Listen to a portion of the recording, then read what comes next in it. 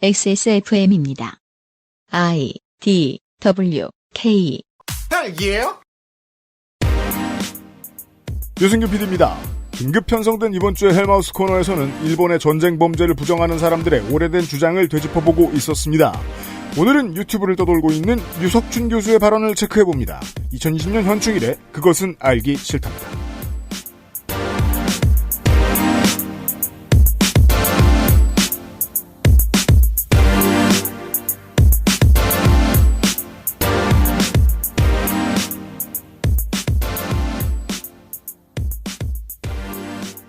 지구상의 청취자 여러분 안녕하셨습니까? 좋은 주말입니다. 한국은 현충일이기도 하고요. 윤세민 에디터고요. 네, 안녕하십니까. 윤세민입니다. 그저께요. 홍콩의 그 캐리람 총독이 네. 장관이죠? 네, 행정장관이 나와가지고 사실상의 총독. 그렇죠. 이런 말을 했어요. 미국의 제재가 나는 두렵지 않다. 왜? 홍콩 시민의 지지를 믿기 때문이다. 하지만 이제 제 입장에서 캐리람 장관의 그 말을 해석하면 이렇죠. 마치 스티브 오스틴 같은 거죠. 나는 아무도 믿지 않는다. 그렇죠. 제로를 믿고 있잖아. 따라서 홍콩 시민을 그 스티브 오스틴이 빈스 맥맨 뚜까패듯, 네, 하고 있을 것이다. 아니죠. 뭐, 홍콩 시민이 나를 지지하지 않음으로써 미국의 화를 풀어줄 수 있다. 고단수네요. 정치 구단. 이렇게 이 해석의 차이로 인해서 벌어지는 어마어마하게 답답한 간극에 대한 이야기를 하고 있었습니다. 이번 주에는. 잠시 후에 헬마우스 팀만 다시 만나보시고요. 그것은 알기 싫다는 건강한 비움 친구 평산네이처 디메이트, 면역과민 반응 개선에 도움을 줄 수도 있는 알렉스, 액세스몰 음향기기 섹션, 피터팬 컴플렉스가 도와주고 있습니다. 다 지나갈 거야. 밴드 피터팬 컴플렉스의 신곡 다 모두 그냥 유튜브와 모든 음원 사이트에서 확인하세요. 건강기능식품 광고입니다. 물과 결합해 40배로 팽창해서 장운동을 촉진하는 질경이 씨앗 껍질 차전자피. 차전자피 식이섬유가 들어있는 당신의 새로운 비움 친구. 디메이트를 만나보세요. 이번만큼은 제대로 마음먹은 당신. 과식과 야식을 피할 수 있다면 가르시니아 캄보지아 추출물이 함유된 건강한 비움 친구 디메이트가 도움을 드릴 수 있습니다. 식사 조절, 운동, 수분 섭취, 그리고 비움 친구 디메이트. 평산네이처.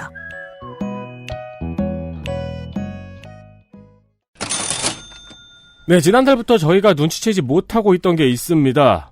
디메이트의 판매량이 점점 늘어났다는 거죠. 그렇습니다. 이유를 고민할 만큼 멍청하지는 않습니다. 그죠. 저희가 그냥 딴 일에 바빴기 때문입니다. 네, 많은 사람들이 여름나기의 일환으로 다이어트를 시도합니다.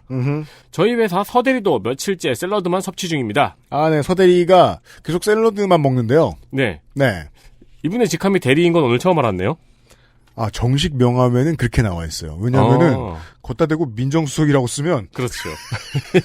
골치 아프거든요. 괄시와 멸시와 핍박을 당할 테니까요. 그렇죠. 초식동물이 왜 온손해지는지 알겠다면서 정신몽롱한 소리를 해대고 있습니다. 네. 만약 그가 디메이터와 함께 했다라면 헛소리하는 시간을 조금 더 단축할 수 있습니다. 그렇습니다. 여러 번 말씀드리지만 디메이트는 마법의 약이 아닙니다. 디메이트를 저녁 먹고 간식 먹기 전에 섭취한다면 여러분의 위장 크기를 늘릴 뿐 아무 소용도 없습니다. 하지만 여러분이 여름에 몸이 드러나는 옷을 입고 싶더라든지 해수욕장에 가서 해녀복을 찾지 않겠다든지 다양한 이유들과 의지로 체중 줄이기를 원하신다면 디메이트는 도움을 드릴 수 있습니다. 근데 유면상 PD의 그 표현을 좀 이해해 주셔야 되는 게 바디수트가 트렌드라는 걸 몰라요, 이 멍청이가. 그렇죠. 네. 그 직업 해녀인 줄 아는데. 네. 이건 따끔하게 제가 그렇게 해놓겠습니다. 네. 그리고 걱정하지 마세요. 저희의 티셔츠는 오버핏이기 때문에. 그럼요. 몸이 드러나지 않습니다. 네. 이러면 광고가 안 되잖아. 아니, 근데 오버핏도 나름의 핏이 있습니다. 그렇죠. 네. 물과 결합하면 40배 팽창하는 차전자피. 가르니시아 캄보지아가 체지방 감소에 도움을 줄 수도 있습니다. 수많은 비슷한 컨셉의 제품이 있지만 가격이 매우 뛰어납니다. 네. 게다가 1+1을 결국 멈추지 못하고 있습니다. 그렇죠. 이 빌어먹을 관성. 네, 그건 평산네이처 탓입니다. 여름을 준비하신다면 디메이터와 함께 해보십시오. 액세스몰에 있습니다. 그렇습니다. 아무래도 이 건강이 제일 중요한 분들에게 우선 추천을 드렸습니다만은 오늘은 지금 이렇게 유면상 PD가 써놨으니까 좀 다른 말씀을 좀 드리고 싶은데 동호인들 가운데서 소위 이제 커팅. 네. 몸에 있는 더 나아가서는 수분, 기본적으로는 나트륨을 좀 빼내는 데에도 집중할 정도의 동호인들이 더러 있으세요. 네. 네. 그런 분들은 사실 어차피 먹는 습관을 극한으로 조절하셔야 되기 때문에 디메이트의 도움을 그렇게까지 많이 필요로 하시지는 않을 수 있습니다. 그냥 약간의 치팅이죠. 위를 향한. 그래서 그렇게 많이 드실 필요도 없다고 전문가들은 지적합니다. 네. 제가 물어본 바로는 그러했습니다. 근데 그냥 그게 아니고 일반적 고민이다. 그러면 뭐 물량은 많이 준비되어 있습니다. 네. 네. 아니 그 다이어트 습관이 돼 있거나 식이 조절을 이제 습관이 되어 있는 분은 사실 이런 보조제의 도움을 안 받으셔도 되는데 그게 아니고 내가 나를 참지 못하겠다. 그러니까 제일 이제 화끈하고 의미가 있을 때는 그때였어요. 내가 무엇을 먹고 싶다와 내가 배고프다는 늘 다릅니다. 네. 그죠? 네. 마치 유튜버들처럼 거짓말을 합니다. 내가 배고프다라는. 그렇죠. 근데 보통 물만 좀 먹어도 저는 요새는 계란 흰자를 가끔 애용하는데 계란 흰자만 먹어도 대충 그 거짓말은 좀 쏙 들어가거든요. 근데 그게 이제 나중에 좀 만성이 되셨다. 이런 분들은 고려하시고요. 네. 네.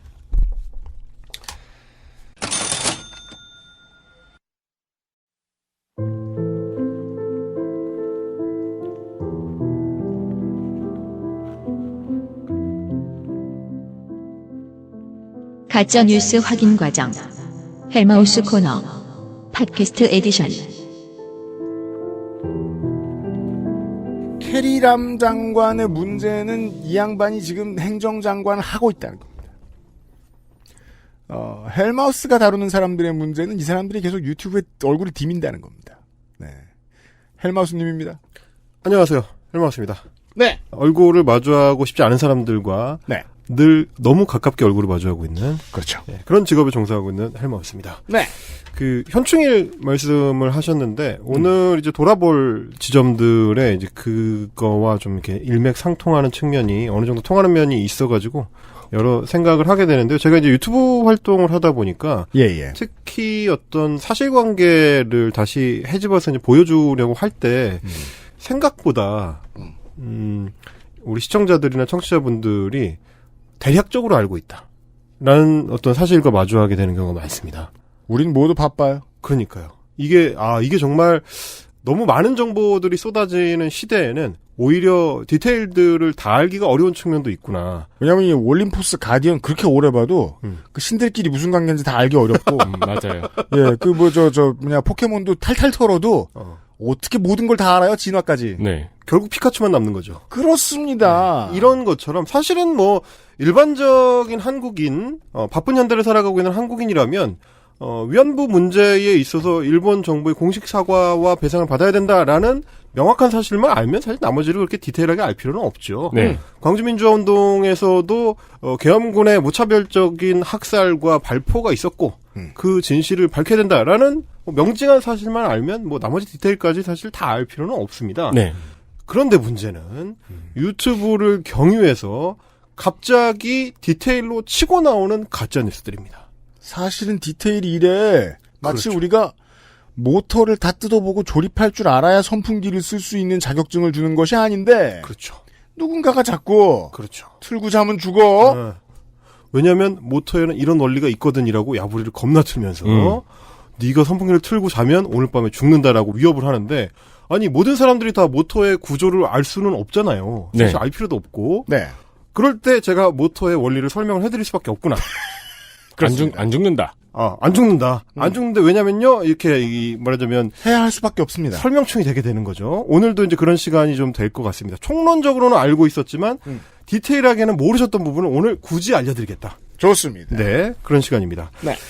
지난 시간에 이제 이영훈 교수의 발언을 소개를 하면서 이영훈 교수가 소위 이제 말통으로 물을 타는 말통으로 물을 타는 그 어떤 고깃집에서 시계가 짜다고 했는데 옆에 있는 사람이 말통을 들어서 아니 물을 정수기에서 뽑아와가지고 갑자기 콸콸콸 들이부으니까 좀 황당하잖아요. 저 뭐 5겔 아까 그 18.1리터. 네. 갑자기 옆에 서면 되겠느냐.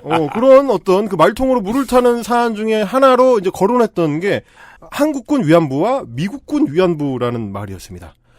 이게 이제 지금 좀 그 연구가 미진하고 네. 향후에 연구해야 하고 네. 이것도 내부에서든 다른 책임 소재에서든 저질렀던 전쟁 범죄로서 명확히 정리를 할 필요가 반드시 있어요. 그렇죠. 네. 심지어 그거를 접하는 대부분의 한국 사람들은 뭐 사실 간단하게 반응을 합니다. 이거 문제 있었네. 라는 반응을 사실 자연스럽게 하거든요. 네. 그게 이제 그 저쪽 사람들의 착각이에요. 자기들이 그 부분을 찔러 들어오면 한국 사람들이 깜짝 놀라면서 움츠러 들면서 그러면서 이 문제를 회피하려고 할 것이다. 헉, 우리가 할 말이 없네. 네. 그러면서 나는 저거를 긍정할 수 없으니까 저런 지적을 긍정할 수 없으니까 그냥 모르는 척 할 거야. 그래서 나는 이제부터 내로남불을 시전하겠어. 라고 생각할 어떤 가상의 한국인을 자기들 마음대로 상정을 하고 있는 겁니다. 머릿속에 행복회로 돌려가지고 나한테 패배한 상상의 인물을 만들어내는군요. 그렇죠. 내로남불로 도망가버리는 한국인이라는 가상의 존재를 마음대로 만들어내는 겁니다. 네. 이 비슷한 생각을 누가 많이 하냐면 일본의 우익들이 비슷한 생각을 많이 하는데 그 일본 우익들이 한국에서 계속 이제 그 전쟁 범죄나 식민지 시기의 전쟁 범죄나 일본 제국주의 군대의 문제를 지적을 하면은 꼭 비슷한 얘기로 니네는 침략 전쟁 안 했냐? 니네도 베트남 전쟁 참전해가지고 니네 나쁜 짓 많이 했잖아라고 이야기를 하면 일본 우익들 생각에는 한국 사람들이 깜짝 놀라면서 그걸 부정하면서 내로남불로 도망갈 거라고 착각하는. 그럴까요? 한국 사람 입장에서는 일본 우익들한테 니네는 참전하고 싶었는데 못했잖아. 라고 대답하면 될 것 같은데. 아니죠. 보통 그냥 점심 먹으러 갑니다. 그렇죠. 네. 심지어 메뉴도 안 바꿉니다. 그렇죠. 신경 안 쓸 정도의 공격이라는 거죠. 그렇죠. 그리고 한국 사람들의 일반적인 반응이라는 거는 그래? 우리가 잘못했으면 뭐 사과하면 되지 뭐. 네, 그런 식의 반응이, 왜냐면 저는 이제 그 군대에서도 정훈장교로 이 문제를 실제로 교육 보제로 써봤기 때문에. 정훈장교를 하셨었어요? 네, 제가 좀 안 어울리게 정훈장교를 해가지고. 제가 본 정훈장교 중에서 가장 불손하네요. 그 교보제로 써봤기 때문에 실제로는 그런 얘기들을 군에서도 요즘은 가르칩니다. 옛날 군대하고 또 좀 달라가지고 그런 얘기들 하는 정도니까. 게다가 일본 우익들의 착각과는 다르게 한국의 대통령들, 김대중 전 대통령이나 노무현 전 대통령은 베트남에 가서도 베트남전과 관련된 사과에 준하는 그런 이제 행보를 했었죠. 이제 그거는 실제로는 이제 베트남 공산당 내부의 어떤 문제와 연결이 돼 있기 때문에 우리가 더 연구를 진척시키거나 그렇죠. 그쪽하고 좀 디테일한 협의를 할 수 있는 데는 조금 한계가 있다. 예, 그 부분은 국제 관계와 이제 정치 이해 관계들이 있는 것이 일단은 그 베트남의 독재 정부가 이 문제를 드러내는 것을 원하지 않고 부담스러워하죠. 승전국으로서의 일관성을 매우 중요시하기 때문에 그렇죠. 이곳 정부가 호치민 이런 소리를 내며 그리고 한국에서는 우익들이 우파들이 한국이 일으킨 전쟁 범죄를 사과하러 다니는 일을 좋아하지 않습니다. 그렇죠. 네. 그것은 왠지 역사 바로 세우기의 일환 같거든요. 그리고 사실 이제 뭐 구수정 박사를 비롯한 그 국내 연구진들이 계속 밝혀내고 있기도 하고 그런데도 베트남 공산당 입장에서는 이걸 다 까보자라고 했을 때 민간인 학살 문제를 베트남전 당시 민간인 학살 문제를 다 까보자라고 했을 때 자기들 치부가 드러나는 것도 이제 부담스럽기 때문에 그 문제는 조금 다르지만 어쨌든 일본 우익의 주장과는 다르게 한국 사람들은 그 문제가 나왔을 때 굳이 회피할 필요가 없다라고 생각하는 게 이제 현실입니다. 그런데 지금 그 일본 우익들의 어떤 착각과 비슷한 연장선상에 있는 이용훈 교수 같은, 전 교수 같은 사람들은 한국군 위안부 문제나 미국군 위안부 문제를 거론하면서 내로남불을 외치면 한국 사람들이 패퇴할 것이다. 반일 종족주의에 찌든 한국인들은 이 문제를 회피할 것이다. 라고 생각하지만 지금부터 회피하지 않는 그 진실을 보여드리겠습니다. 좋습니다. 자, 한국군 위안부 문제라는 건 해외에서 제기된 해외에서 먼저 제기된 문제 의식이 아니고요. 2002년부터 본격적으로 우리 학회와 우리 사회 내부에서 문제 제기가 이루어지고 연구 활동이 지속되어 왔습니다. 저희가 2017년이었나요? 쯤에 그 홍 박사하고 한번 네. 당시 석사하고 다뤄줬던 적이 있었습니다. 네네네. 그렇죠. 그리고 이제 실제로 이제 이 분야의 이제 가장 권위자는 한성대학교 이제 김기옥 교수가 그렇습니다. 계시고, 그리고 다른 데도 아니고 한국정신대 연구소입니다. 한국정신대 연구소의 강정숙 연구위원 같은 분들이 논문이나 기고 활동을 통해서 세상에 직접 드러낸 문제입니다. 네. 근데 이게 뭐냐면 바로 이 연구 활동의 결과물을 가지고 그걸 활용해서 이영훈 전 교수 같은 사람들이 한국군 위안부 문제를 제기하는 거거든요. 아이쿠 걸렸다. 양비론 써야지.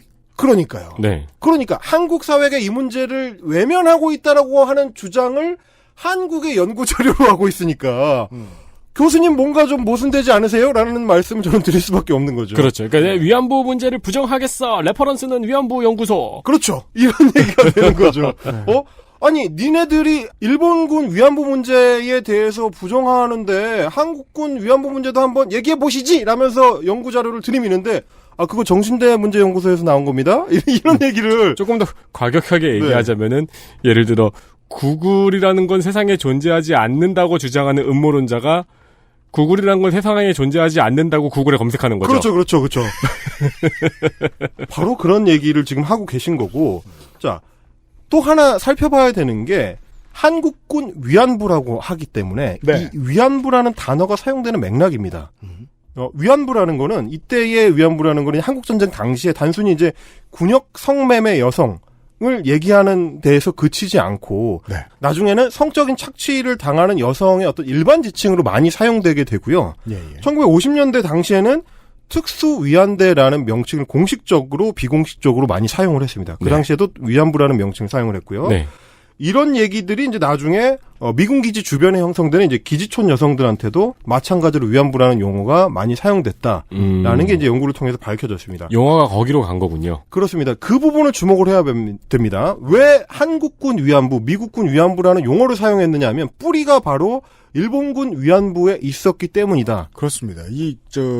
김기옥 교수가 최초에 가지고 썼던 이 레퍼런스가 육군본부가 발행했던 후방전사인데 이 후방전사의 내용들은 당시의 역사적인 맥락을 놓고 보면 대충 이해가 되는 것이 최다 일본군들이 창군했으니까 국군을 그렇죠. 그때 쓰던 그때 편제를 만들었던 사람들이 다 관여한 거죠. 네. 심지어 전쟁이 끝나고 난 뒤에 이제 그 전쟁에 참여했던 장군급 이상들의 그 회고록에서 상당수가 비슷한 인식이 발견이 됩니다.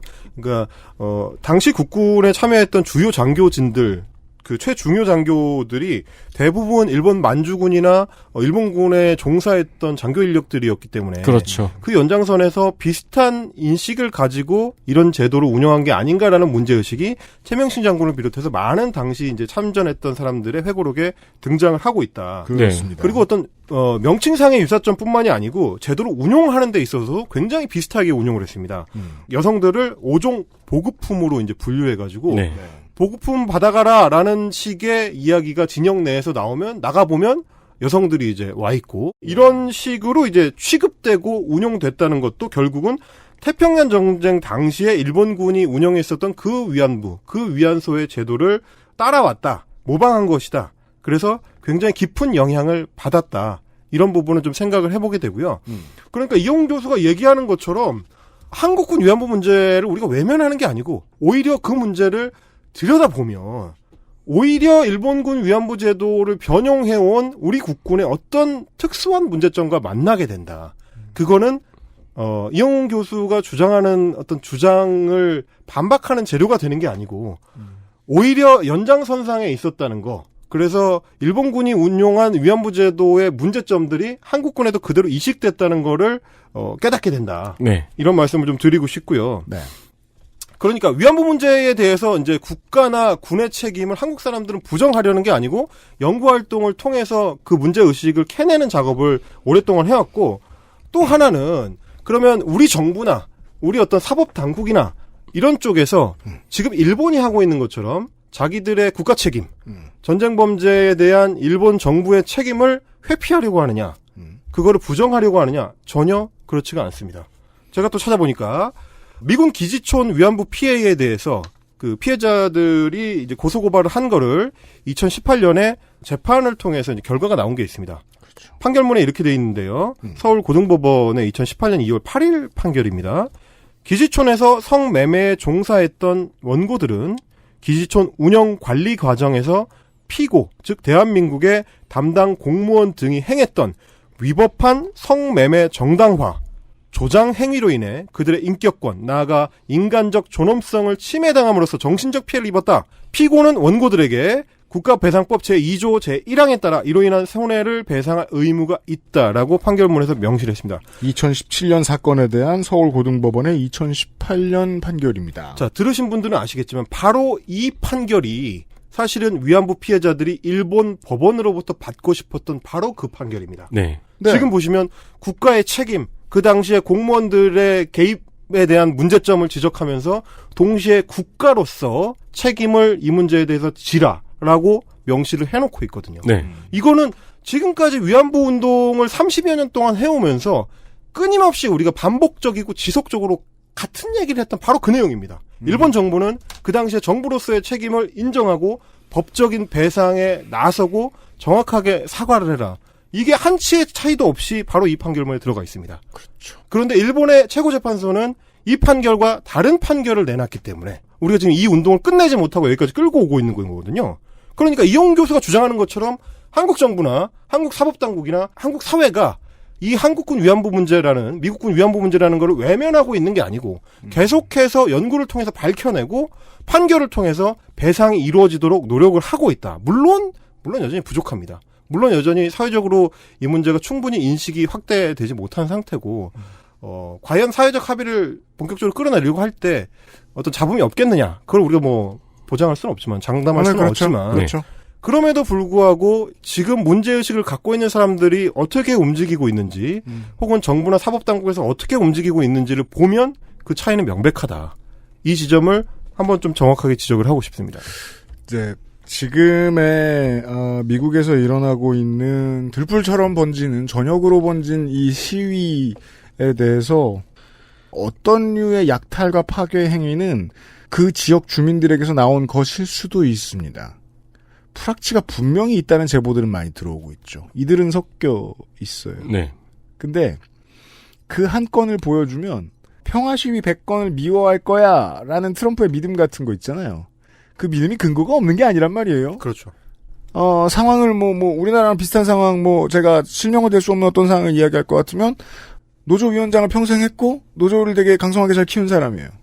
근데 이 사람이 나중에 원래 기업한테 이제 특혜를 얻어가지고, 하청 기업을 차려요.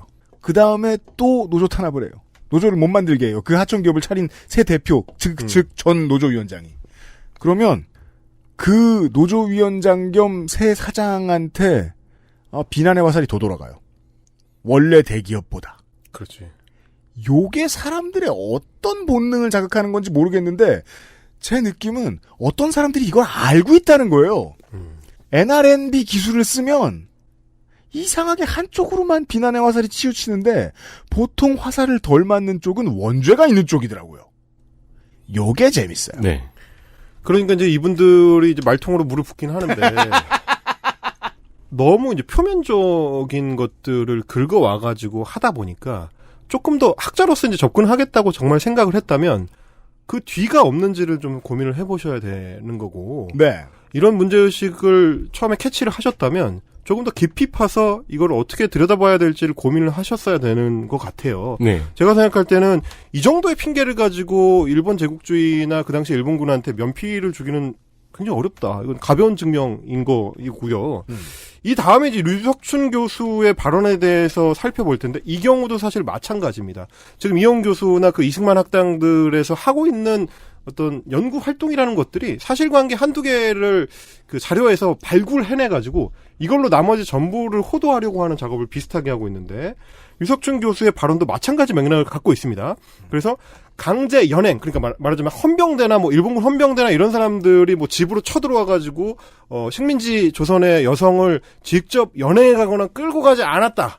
그러면서 어떤 경우에는 그 일종의 포주인 영업자한테 속아서 공장에 가서 일을 하게 될 거라고 속아서 위안소로 끌려갔다든지 뭐 이런 사례들을 캐내가지고 와가지고 봐봐라. 이런 경우들이 있지 않느냐. 그러니까 일본군 위안부를 전부 강제 연행된 피해자라고 보기는 어렵다라는 식의 주장을 펼칩니다.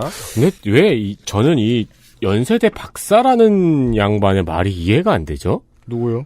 이석준 교수님. 예. 아니, 네. 그래요. 취업 사기 이거 100번 양보해 봅시다. 네. 취업 사기를 당했어요. 공장에서 일을 할 줄 알았는데 알고 보니까 네. 군대에 끌려가지고 위안부가 되었어요. 그렇죠. 그러면 성노예가 아닌가요? 아까 그 짧게 줄일 수 있잖아요. 그럼 뭐가 달라져? 그러니까요. 자, 이제 발언을 들어봐야겠어요. 자세히. 위안부를 국가의 강제연행 피해자가 아니라 내춘업자가 취업사기 한 것에 피해를 본 사람들로 보아야 된다고 설명합니다. 자, 여기서 사회학의 태생적 게으름 같은 걸 하나 지적하고 싶습니다. 강제 연행 피해자가 아니라 취업 사기를 한 것에 피해를 본 사람으로 봐야 한다. 자, A를 전체를 버리고 B 전체를 택하래요. 이건 좋은 학자의 자세가 아니에요. 네.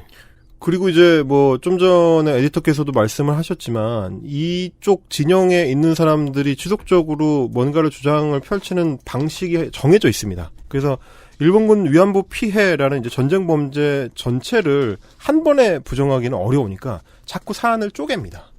그래서 이 제도의 운영 방식은 합법적인 공창제에서 기원했다라는 식으로 쪼개고 그 다음에는 모든 사람이 강제 연행된 게 아니라 취업 사기를 당한 피해자들도 있다라는 식으로 자기들 임의로 사안을 쪼갠 다음에 각각의 사안 한두 개만 자기들 논지대로 맞출 수가 있다면 그러면 나머지까지 싸잡아서 부정할 수 있다라고 착각을 하고 있는 거죠. 네. 이게 저의 학력 컴플렉스에서 비롯된 건지 뭔지 저도 잘 모르겠습니다. 메신저로서의 제가 왜 이런 생각을 하게 되는지 모르겠는데 자꾸 그런 생각이 드는 거예요. 자꾸 이런 말씀 하시는 거 보면 공부를 열심히 해봤더니 뭔가 이상한 게 있는 게 아닐까? 사실은 내가 무식해서 못 알아보는 게 아닐까? 하고 지금 몇 년째 들여다보죠? 이 일관성을 피할 수가 없어요. 가고 싶은 길이 하나밖에 없어요, 이 사람들이. 그렇죠. 긴 세월을 바쳐서 한 연구가 가는 길에 소실점이 딱 있어요. 그렇죠. 그러니까 사실은 저희 방송 혹은 우리 입장에서는 네. 이미 게임은 초반에 끝났습니다. 네. 일테면 아니 이 제도 운영은 이미 노예제였다라고 박아놓고 시작하기 때문에 굉장히 우리가 유리한 판에서 이미 게임을 시작합니다. 이게 뭐 레슬링이나 유도로 치면 5점 이상을 따놓고 시작하는 게임인 건데 어쨌든 우리 입장에서는 정말 산산이 깨지고 싶다는 욕망이 있거든요.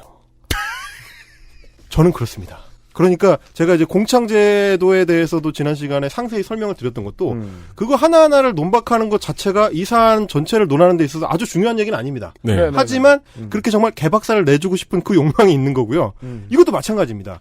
여기서 일종의 취업 사기를 당해서 위안소로 끌려간 피해자들이 있다고 하더라도 일본군 위안부 제도가 노예 제도였으며 그것이 전쟁 범죄였다라는 대전제는 절대로 흔들리지 않습니다. 그럼에도 불구하고 그 하나하나에 매달려서 어떻게라도 한 조각이라도 이겨보고 싶은 그 치졸한 욕망조차도 깨뜨려보고 싶은 거죠, 저는. 지금까지의 이제 다양한 의견들을 보면은 진짜 네. 돌고 돌아 다양한 방법으로 돌고 돌아 일본에 대한 실드만 성공하면 된다. 그렇죠. 어떻게든 한 게임만 좀 이기게 해주세요, 뭐 이런 욕망이 있는 건데. 네. 안 됩니다. 절대 허용하지 않을 거고요. 모든 게임 하나하나를 다 박살을 내드리겠습니다. 저는 그런 욕망으로 이 유튜브를 시작을 했습니다. 안 된대요. 안 됩니다. XSFM입니다. 딸기예요?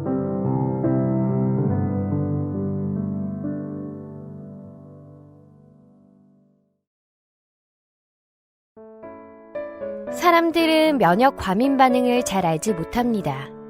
그러나 우리가 말할 수 있는 것은 단 한 가지. 알렉스는 면역 과민 반응 개선에 도움을 줄 수 있는 건강 기능식품입니다. 혹시 광고를 듣고 계시는 본인이 면역 과민 반응이라고 생각하신다면 알렉스가 당신에게 도움이 되어 드릴 수 있다는 말이죠. 비싸서 안 사시겠다고요? 그럼 당신이 지금까지 그것 때문에 쓴 비용이 얼마인지 계산해보세요.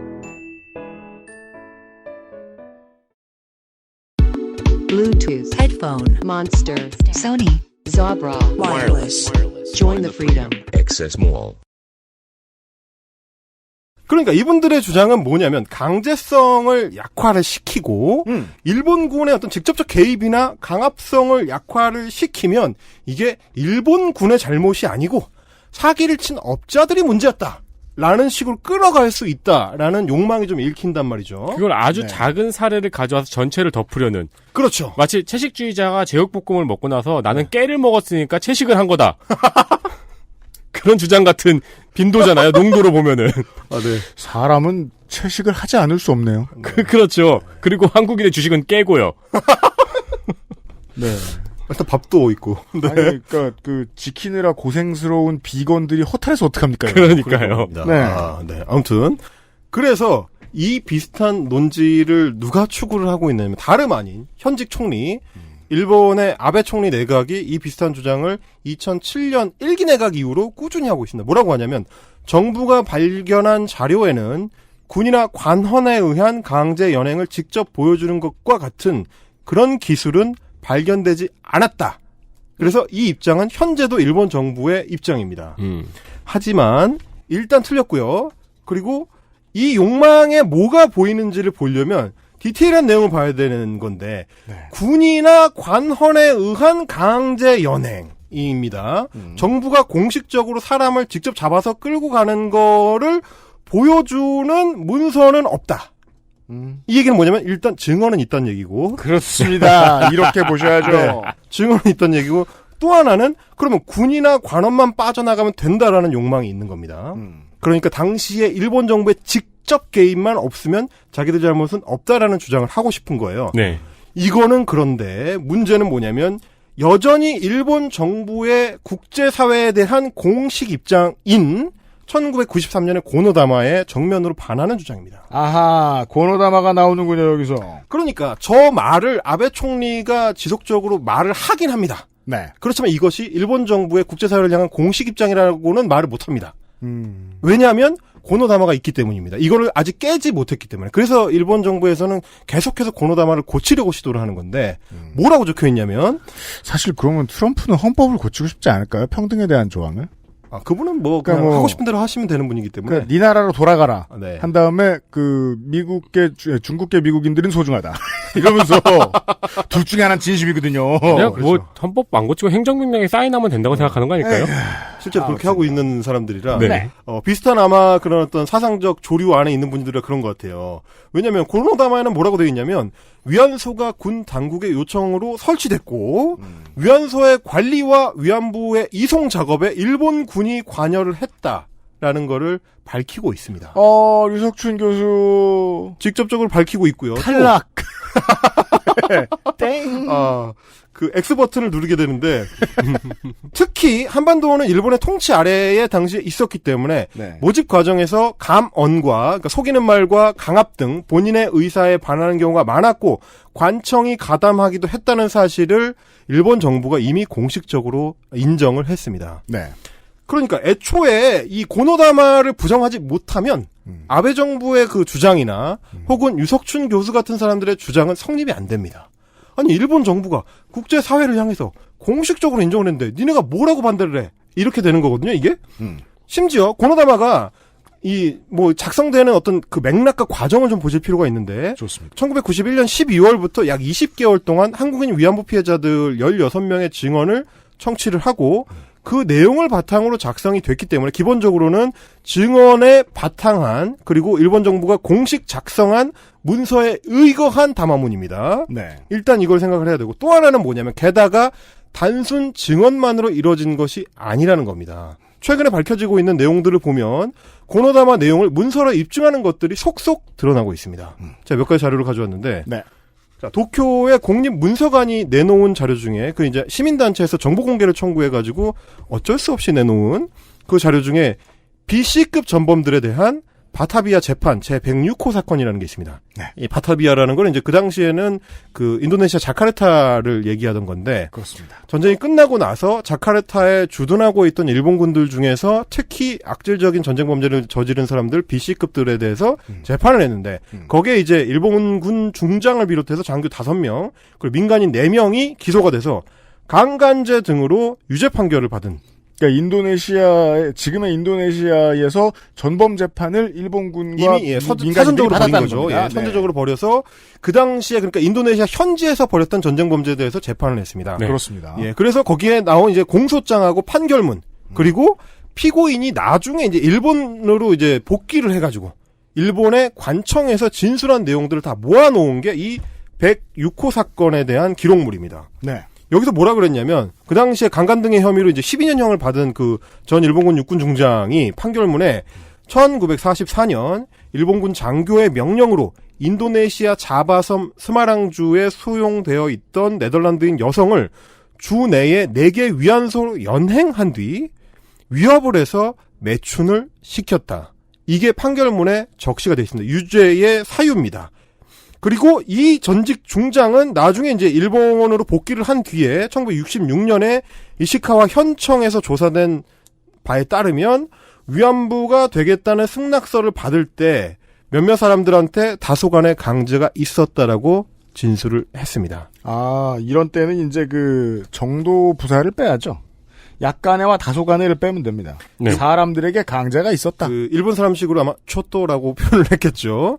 그러나 사실상 강제가 있었다라고 우리가 봐야 될 것 같고 문서 안에 뭐 어떤 내용들이 또 있냐면 피해 여성들이 어느 일요일 오전에는 18명에서 20명 정도의 남성을 상대하게 했고 밤에도 일이 있었다. 그러면 월요일 아침에는 여성 몇 명은 일어나지도 걷지도 못했다라는 기록이 나오고 있습니다. 네. 그러니까 유석춘 교수가 주장하는 것처럼 단순한 어떤 취업 사기로 그냥 속아서 갔다라고 하기에는 너무 명백하게 강제 연행을 했고 강압적으로 성관계를 종용했다라는 내용이 재판 문서를 통해서 이미 이렇게 드러나 있기 때문에 이것 말고도 수많은 실제 기록들 혹은 어떤 증언들이 있다는 거를 우리가 인정할 수밖에 없는 부분인 거죠. 오늘 제 리액션이 너무 순진한 것 같긴 한데 이게 피곤해서 그런지 모르겠는데 저의 최근은 되게 신기함의 연속이거든요. 그래도 되게 똑똑하고 이성적인 사람들인 줄 알았는데 자기가 낸 결론에 따라서 눈 참 잘 감는다. 그렇죠.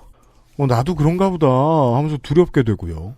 바타비아 재판과 관련된 자료나 혹은 이제 뭐 당시에 마찬가지로 인도네시아의 폰차낙 지방과 관련된 뭐 13호 사건 여기도 다수의 부녀가 난폭한 수단으로 위협당했고 강요당했다 이런 내용이 나올 정도로 이 문서들이 발견된 게 지금 유석춘 교수가 저 발언을 한 2020년 5월 이후에 발견이 됐거나 이영훈 교수가 책을 쓴 2019년 7월 이후에 발견이 된 자료가 아닙니다. 이게. 아닌데요? 아주 옛날에 2000년대부터 이런 비슷한 종류의 자료들이 속속 나오고 있고요. 심지어 폰차낙 재판 자료나 바타비아 재판 자료는 2017년에 일본의 법무성이 공식적으로 접수를 한 문서입니다.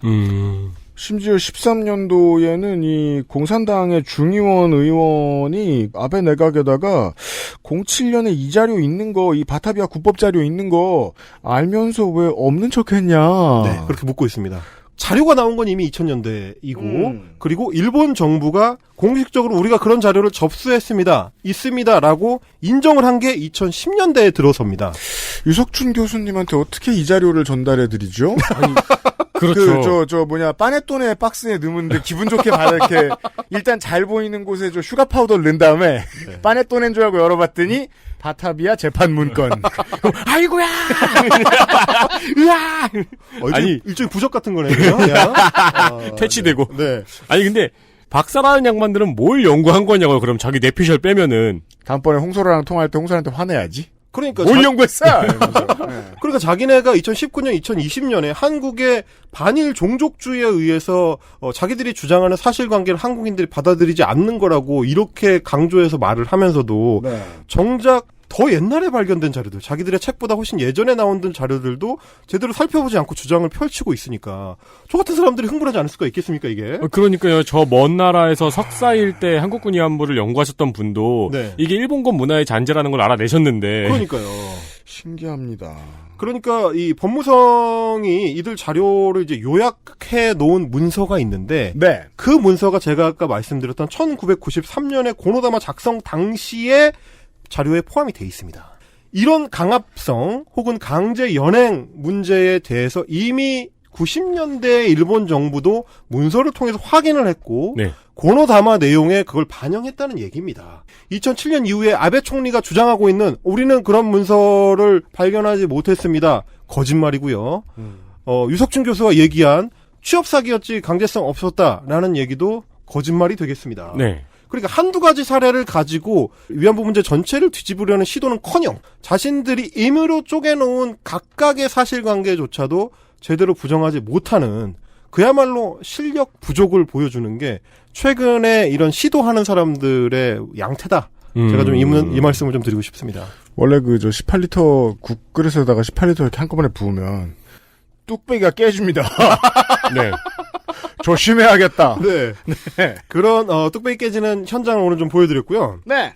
무엇보다도 사실은 본질적인 문제에 대해서 마지막으로 좀 말씀을 드릴 수밖에 없게 되는데 네. 저 사람들이 저렇게 각각 사안을 쪼개서 하나하나 자기네 증거를 들이밀려고 해봐야 물론 각각 하나하나도 깨주겠지만 본질적으로는 위안부 제도 자체가 일본 군이 주도적으로 그 운용한 거라는 그 사실관계를 뒤집을 수는 없습니다. 우리가 지금 이 상황에서 한국군이 한 거를 피하겠다고 했습니까? 베트남에 저지른 전쟁 범죄를 피하겠다고 했습니까? 무슨 양비론으로 가겠다고 했습니까? 일본이 책임질 게 있다고 한 것뿐이죠. 한국 군이 만약에 그런 문제가 있었다면 한국 정부가 책임지면 되는 거고. 그리고 책임을 지는 판결이 나왔고요. 그럼요. 우리는 계속 책임을 져 나가야 될 거고. 네. 일본에 그런 책임이 있다면 일본 정부가 인정하고 책임을 지면 되는 거죠. 네. 그러니까 일본 군이 제국주의 일본 군이 그 당시에 위안소를 군 시설로 갖고 있었고 그리고 위안부 제도를 만들고 운영한 주역이 일본 군들 자신이라는 거. 그거는 이미 여러 자료를 통해서 입증이 되고 있는 바입니다. 네. 심지어 그 업자들이 별도의 위안소를 군부대 주변에 운영을 했던 경우에도 군이 직접 감독하거나 통제하거나 뭐 성병검사 같은 걸 따로 하거나 네. 이런 식으로 사실상 군의 수족처럼 그 업자들이 움직였다. 이런 것들을 종합적으로 보고 판단을 해야 되는 문제가 있습니다. 그렇습니다. 일본의 우익들은 제국주의 일본군만 그런 위안소를 운영한 게 아니고 인류의 역사상 항상 군부대는 그런 식의 시설들을 운영했다. 일본 우익들의 그 천박한 인식에 따르자면 군인들이라는 게 그런 게 원래 필요하다라는 식의 주장을 합니다만 네. 많은 조사자료 결과들을 종합해본 결과 역사상 어느 나라의 군대도 제국주의 일본군처럼은 안 했다. 명확합니다. 이 가장 끔찍한 문제, 그러니까 특히 서구의 그 역사학자들이나 서구의 정치인들이 기함하는 크리피하게 생각하는, 기괴하게 생각하는 측면이 뭐냐면 군부대가 위안부들을 마치 보급품처럼 운용을 하면서 취급을 하면서 부대가 이동할 때마다 그 보급품들을 데리고 다녔다라는 그 지점입니다. 사람 취급을 안 했다는 거죠. 네. 노예제의 가장 확고한 증거라 하겠습니다. 그렇죠. 이거는 일본 우익들이 물을 타려고 해봐야 타지지 않는 것이다. 그 당시에 일본군 육군에는 군인이나 이제 군무원들을 위한 뭐 음식물, 뭐 일용품 이런 이제 매점을 만들 수 있는 규정이 있었는데 그 규정에 따라서 필요한 위안 시설을 운영할 수 있다라고 규정이 박혀 있습니다. 그 필요한 위안 시설이 위안소인 거고요.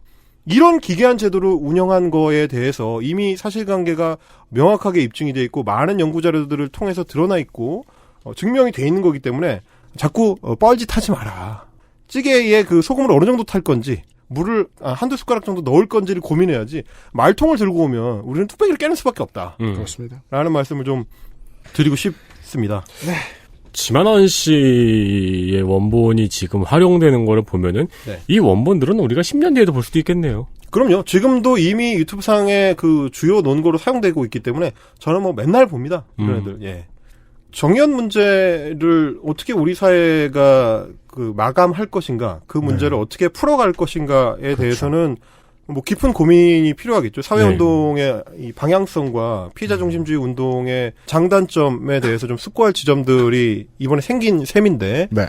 그거는 이 문제를 정말 진지하게 고민하고 해결 방안을 모색하고 싶은 우리 같은 성숙한 시민사회의 성원들이 할 테니까 되도 않는 이상한 자료만 자꾸 캐와가지고 물을 흐리려고 하는 그 물 웅덩이에 자꾸 뭐 이상한 거를 이렇게 집어넣으려고 하는 분들은 저로 가시라. 네. 그리고 필요하면 말씀을 하시고 싶으시다면 저와 다시 얼굴을 마주할 일에 대해서 고민을 하시라. 네, 그런 말씀을 드리고 싶습니다. 그렇습니다. 참 브레이크 개통이라는 게 참 어려운 문제더라고요. 한번 가면 그 길로 가는 경향들이 있더라. 네. 관성의 가속도를 더 붙이게 하는 요건들이 있거든요. 그렇죠. 예를 들면 뭐 사회의 관심, 베스트셀러 등극, 실버 버튼, 네. 뭐 공천, 뭐 다양한 것들이 있어요. 근데 이분들은 정말 외모만 보고 있더라도 참 이거 우물 파고 참 멀리 오셨네. 네. 하는 생각이 들더라고요. 근데 그 정도 길을 가면 이제 우리의 적이 됐다 이게 아니라 적은 아니에요. 여전히 인류의 대상이에요. 네. 여전히 설득의 대상이에요. 다만 너무 멀리 가시는 바람에 우리의 설득이 좀 방역처럼 보이실 수는 있다. DDT 뿌리는 것처럼 느끼실 수는 있는데. 그죠. 하도 멀리 가 있으니까. 네. 그러니까 뭐 50년대 대한뉴스에 나오는 네. DDT를 이렇게 막 잔뜩 뿌리는 잔뜩 맞게 되는 초등학생이 되신 심정을 느끼실 수가 있는데 저도 좀 이번에 준비를 하면서 이용 교수를 비롯한 이제 그분들에 대한 자료를 찾아보다 보니까 어떤 분들은 이용훈 전 교수가 이제 2010년대 들어와서 특히 좀 많이 멀리 가신 걸로 생각을 하시는 분들이 있는데 제가 찾아보니까 그렇지도 않더라고요. 아, 그래요? 그렇지도 않더라고요. 2000년대 초반에 이미 굉장히 멀리 가셔가지고, 거의 흑산도나 뭐 이런 데 정도까지 멀리 가셔가지고. 그러니까 이제 원래 흑산도가 고향이 아니라. 네네네. 뭐 관동 지역인데. 그렇죠. 뭐 블라디보스톡인데. 멀리 가셨더라고요. 흑산도로 오신 거예요. 멀리 가셨더라고요. 네. 그래서 그 생각에 좀 이르게 됐습니다. 저분들이 왜 저렇게까지 멀리 가셨을까 하다 보니까 뭐 관성 말씀하신 것처럼 원한이 좀 쌓인 그런 측면이 좀 있는 것 같습니다. 2000년대 초반만 하더라도 뉴라이트적 문제의식이 학문적인 반작용으로서 그래서 좀 다시 한번 고민을 해보는 기회를 제공한다는 측면에서는 어떤 학문적 순작용도 있었던 것 같은데 저분들이 그 반박을 자꾸 받으시다 보니까 게다가 자기들이 소수라고 느끼다 보니까 그 소수성이 자꾸 피해의식으로 전용이 되는 경우가 생기다 보니까 네, 맞아요. 원한이 깊어지다 보니까 에이씨 모르겠다 하고 점점 더 멀리 가신 게 아닌가. 네. 그런 안타까움을 느끼면서 저 같은 사람을 자꾸 만나시면서 우리 사회와의 접점을 조금씩 찾으시는 게 건강한 프로토스 용어로 정화. 네. 건강한 생활을 위해서도 도움이 되시지 않을까라는 생각을 살짝 해봅니다. 그래서 중요한 팁이 있는데요, 청취자 여러분이 오피니언 리더분들, 평상시에 많이 이제 눈에 띄는 이런 분들이 나를 비난하는 사람들에 대해서 하소연하는 글을 신문이든 소셜이든 많이 쓴다. 그럼 그분들은 가급적 신뢰를 좀 낮게 두시는 것이 좋을 거라고 건의를 드려봅니다. 왜냐하면 억울한 심정으로 연구를 하고 분석을 하면 좋은 결과가 안 나옵니다. 그렇습니다. 네, 이영훈, 유석춘 씨, 부록, 윤화백 주말에 라바 이야기를 해보았습니다. 헬마우스 코너였습니다. 다음 시간에 다시 만나요. 감사합니다. XSFM입니다. 딸기예요?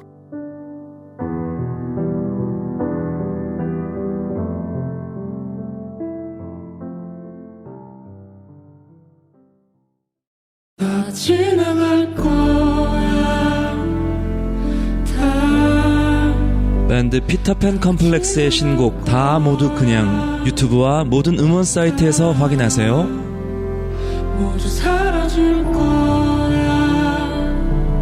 다 그냥 지워질 거야. 다 지금까지 피터팬 컴플렉스의 신곡 다 모두 그냥이었습니다. 유튜브와 모든 음원 사이트에서 확인하세요. 지나갈 거야. 건강기능식품 광고입니다. 식사 조절, 운동, 수분 섭취, 그리고 비움 친구 디메이트. 평산네이처.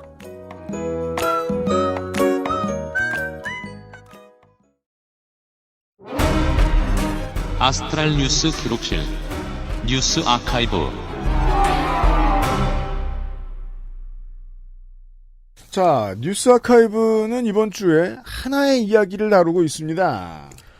네, 너무 유명한 일이죠. 1989년 6월 4일 베이징에서 일어난 일입니다. 중국의 인민해방군이 테난먼 광장에서 민주화를 외치는 시위대를 유혈 진압합니다. 전 세계에서 알고 있고 중국에서만 모르는 역사적인 사건인 테난먼 항쟁입니다. 물론 중국에서는 항쟁이라고 부르면 안 됩니다. 네. 그럼 뭐라고 부르느냐? 아예 언급을 하면 안 됩니다. 그냥 장소의 이름입니다. 네. 네. 89년 6월 4일에 여기서 무슨 일이 일어나는지는 아무도 언급을 하면 안 되죠. 그러니까 마치 그 독재가 계속해서 이기 군부 독재가 계속해서 성공을 했다면 한국에서 그 부마, 광주가 그냥 지역 이름. 그렇죠. 부산 양바사는 왜 붙여? 이러면서. 광주민주화 운동도 저 어릴 때는 사태라 그랬거든요. 네. 네, 이게 민주화운동으로 변경되는 순간을 저는 기억을 하는 것 같아요. 네, 그렇습니다. 배경은 덩샤오핑의 개혁개방 이후에 벌어진 심화된 부정부패와 빈부격차에 대한 인민들의 불만, 그리고 민주화에 대한 요구였습니다. 이 요구가 끊임없이 학생들 사이에서 퍼지고 있던 와중에 공산당의 전 총석이었던 후야오방이 갑자기 심장마비로 사망을 하게 됩니다. 그렇죠. 그러자 1989년 4월 후야오방 전 총석이에 대한 추모 집회가 민주화 시위로 발전한 것입니다. 네. 이때 학생 지도부 중 한 명이 후에 노벨평화상을 수상한 루샤오보입니다. 5월이 되어도 시위는 잦아들지 않았고 마침 5월 15일에는 고르바초프가 중국을 방문할 예정이었습니다. 중국을 방문해서 원래는 이 테난먼 광장에서 환영식이 예정되어 있었는데 시위대 때문에 환영식을 열지 못하죠. 네. 여담으로 이 고르바초프의 방문을 취재하기 위해서 외신 기자들이 베이징에 많이 와 있었거든요. 그래서 이 체면 차리는 독재 정부는 엄청 쪽팔려 합니다. 그렇죠. 이 외신들에 의해서 고르바초프의 환영식은커녕 테난먼 광장의 항쟁이 취재가 된 거죠. 네. 그리고 이것은 6월 3일에도 취재가 됩니다. 6월 3일 저녁 인민해방군은 탱크와 장갑차를 몰고 와서 시위대에게 실탄을 발사하며 시위대를 유혈 진압하기 시작합니다. 지금의 미국의 상황보다 조금 더 나쁜 네. 상황이었습니다. 당시의 상황을 다룬 다큐멘터리 작품 같은 걸 보면은 이제 뭐 젊은 시절의 류샤오보도 볼 수 있고 당시 시위대가 보면은 인민해방군이 총을 쏜다, 사람들이 쓰러지고 있다라는 말을 듣고 이 시위대 안쪽에 있는 사람들은 고무탄을 쏘나 보다라고 생각을 해서 무슨 플라스틱 헬멧 같은 거를 챙겼다고 하죠. 그렇죠. 하지만 실탄이었습니다. 6월 3일에서 4일 사이에 유혈 진압이 있었고요. 4일 낮에는 광장이 텅 비게 됩니다. 그리고 인민해방군의 탱크가 테난먼 광장으로 들어오는데 이때 한 남자가 탱크를 막아서고 그 모습이 외신 기자들에 의해 찍혀 전 세계에 보도됩니다. 그렇죠. 저는 그때만 해도 그러니까 뭐 사상이 없잖아요. 10살인데. 네. 이제 딱지만 있죠. 뉴스 속보 뭐 이런 거 보면서 되게 무섭다는 생각을 많이 하면서도 이 기사에서 숫자가 서로 다 다르다는 생각을 했던 기억이 나요. 네. 사태가 진압이 다 됐는데도 숫자가 계속 바뀌는 거예요. 살아났나? 이게 놀랍게도 89년도면은 30년, 아니 이제 30년밖에 안 된 일인데 알고 보니 그쪽에선 아무도 집계해주지 않았기 때문이었다는 거예요. 네, 아직도 네. 정확한 숫자를 모릅니다. 그렇습니다. 그리고 한 남자가 그 탱크를 막고 있는 사진은 20세기를 대표하는 가장 중요한 사진, 그리고 20세기를 대표하는 가장 중요한 사람 중 하나로 평가가 됩니다. 타임지가 선정한 20세기의 가장 영향력 있는 인물 100명에 선정이 되었거든요. 명단 목록에도 탱크맨이라는 이름으로 올라가 있습니다. 그렇습니다. 누군지 모르니까요. 지금은 누군지 아는데, 그리고 이 사람의 몰랐으니까요. 네, 거처나 생사에 대해서는 아직 사실 소문만 있는 형태입니다. 그렇습니다. 이게 이제 지금으로부터 31년 전 이번 주에 베이징에서 있던 일입니다. 네, 그리고 30년 후. 그래서 그게 이제 재밌었죠. 그 역사를 놓고 보면 80년도에 한국에서 있었던 학살은 중국의 관영 TV가 오지게 많이 보여줬는데. 네. 그리고 테난먼 항쟁의 30주년이었던 작년의 이야기입니다. 네, 작년 얘기입니다, 이제. 라이카에서 세계의 위험 지역에서 사진을 찍는 사진 기자들을 다룬 광고 영상 더 헌트를 발표했습니다. 영상을 틀면은 1989년 베이징이라는 자막이 등장을 하고요. 호텔에서 중국 공안들의 수색을 피하는 사진 기자들의 모습이 그려집니다. 네. 그리고 공안들을 피해서 한 객실로 들어간 사진 기자가 커튼 틈 사이로 렌즈를 드는 모습이 클로즈업이 되는데요. 그 렌즈에 탱크맨의 모습이 흐릿하게 비치고 끝이 납니다. 탱크와 그 사람. 그 정확히 우리가 아는 그 사진의 모습이 렌즈 끝에 흐릿하게 비칩니다. 네. 당연히 중국 정부에서는 난리가 났죠. 그리고 라이카에서는 이 광고 영상을 삭제하고 본사와의 협의 없이 광고 대행사가 만든 영상이라고 발표를 했습니다. 그리고 중국의 SNS에서는 여러분이 짐작하시다시피 라이카를 검색할 수 없게 됩니다. 그렇습니다. 역설적으로 중국의 이러한 대처는 전 세계에 보도가 되었죠. 네. 그래서 전 세계적으로는 아주 유명한 사건이 되었습니다. 당시 라이카가 화웨이의 스마트폰과 협업을 하고 있었던 상황이었기 때문에 더 예민했던 점도 있습니다. 그렇습니다. 라이카는 모두가 탐내는 기술 보유사였습니다. 근데 특히 화웨이 같은 경우에는 인민의 방군 장교 출신이 만든 회사이잖아요. 런정페이가 인민의 방군 출신이었으니까요. 네. 그렇기 때문에 더 예민한 점도 있죠. 그 탱크는 인민의 방군의 탱크잖아요. 근데 여담으로 사실 이 사진은 라이카가 아니고 니콘 FM2로 찍은 사진입니다. 네. 네, 현재는 우리나라에서 힙스터들이 많이 보유하고 있는 사진기죠. 아, 그래요? 김민아? 아니, 김민아 씨는 미러리스를 들고 다니시고, 그래요? 네. 필카 열풍이 있잖아요. 네, 맞다. 수동 예, XLR 예. 필카의 명기 중 하나니까요. 그렇군요. 현재까지도 당연히 중국에서는 테넌먼 항쟁에 대한 추모는 허용이 되지 않고 있습니다. 네. 그리고 홍콩에서만 매년 6월 4일마다 이 추모가 이어져 왔습니다. 그렇습니다. 그리고 올해 홍콩 국가보안법이 통과가 됐죠. 31주년인 올해 홍콩 경찰은 처음으로 홍콩에서의 테넌먼 추도 집회를 금지시켰습니다. 요 이야기를 마지막 이야기 때문입니다. 이 이야기가 나왔던 이유는. 네. 홍콩 시내에서 한 곳이 아니라 곳곳에서 이 추모 행사 같은 것이 있기도 했었어요. 꼭 빅토리아 공원만이 아니라. 네. 근데 이제 이게 요거를 좀 복잡해 하시는 것이 홍콩의 국가안전법이라는 것을 중국이 바꿀 수 없죠. 왜냐하면 일국양제니까요. 네. 그런데 중국이 이것을 바꾼 게 아니라 중국과 홍콩 사이의 법을 해석하는 방법을 바꾼 것입니다. 왜냐하면 전인대가 홍콩의 법을 입법을 할 수가 없으니까 대신 이 베이징에서 홍콩 특별행정구가 만들어 놓은 법에 대해서 심의할 수 있다 정도의 해석을 바꿔 넣은 겁니다. 겨우 해석만 바꾼 것인데 탄력을 얻어서 홍콩은 하루아침에 이렇게 변합니다. 네. 그 하루아침을 우리가 지금 구경하는 중이군요. 31년간의 역사를 보았습니다. 저희가 녹음하는 지금이 6월 4일이죠. 네. 그래서 홍콩 전역에서 이제 민주인사들은 집회를 강행하겠다는 입장을 밝혔는데 현재 저희로서는 어떤 사건이 있었는지 확인이 안 되고 있는 상황입니다. 그렇습니다. 네, 어떤 폭력이나 소유 사태라든가 유혈 진압이라든가 과잉 진압 사건이 생겼을지 아닐지를 모르는 상황입니다. 지금 홍콩에 가 있는 외신 특파원들이 어느 정도까지 보도의 자유를 허용받았는지에 대한 메시지도 받기가 좀 어려운 상황인 것 같습니다. 계속해서 외신 들어오는 걸 보고 있으면요. 그렇고요. XSFM입니다. Bluetooth, headphone, speaker, Sony, Monster, wireless. Join the freedom. Access Mall. JJL. Speaker. Charge free. Bluetooth speaker. Go. Clarity. HDBT. Headphone. Bluetooth. Sony. Monster. JBL. Meet the speaker. Join the freedom. Access Mall. 면역 과민 반응 개선용 건강기능식품 알렉스. 면역 과민 반응 개선 기능으로 국내 최초 식약처 개별 인정을 받았습니다. 써보신 분들의 반응을 알아보세요.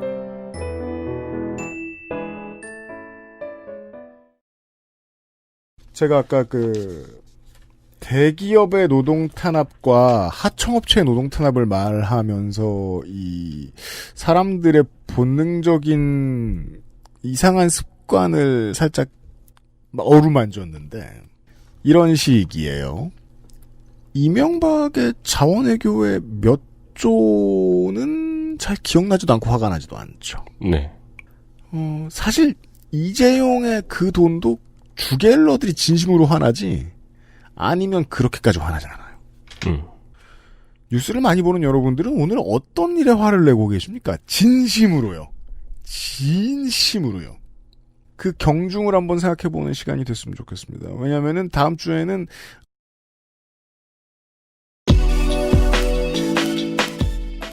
이명박의 노동범죄를 하나 이야기를 할 거고요.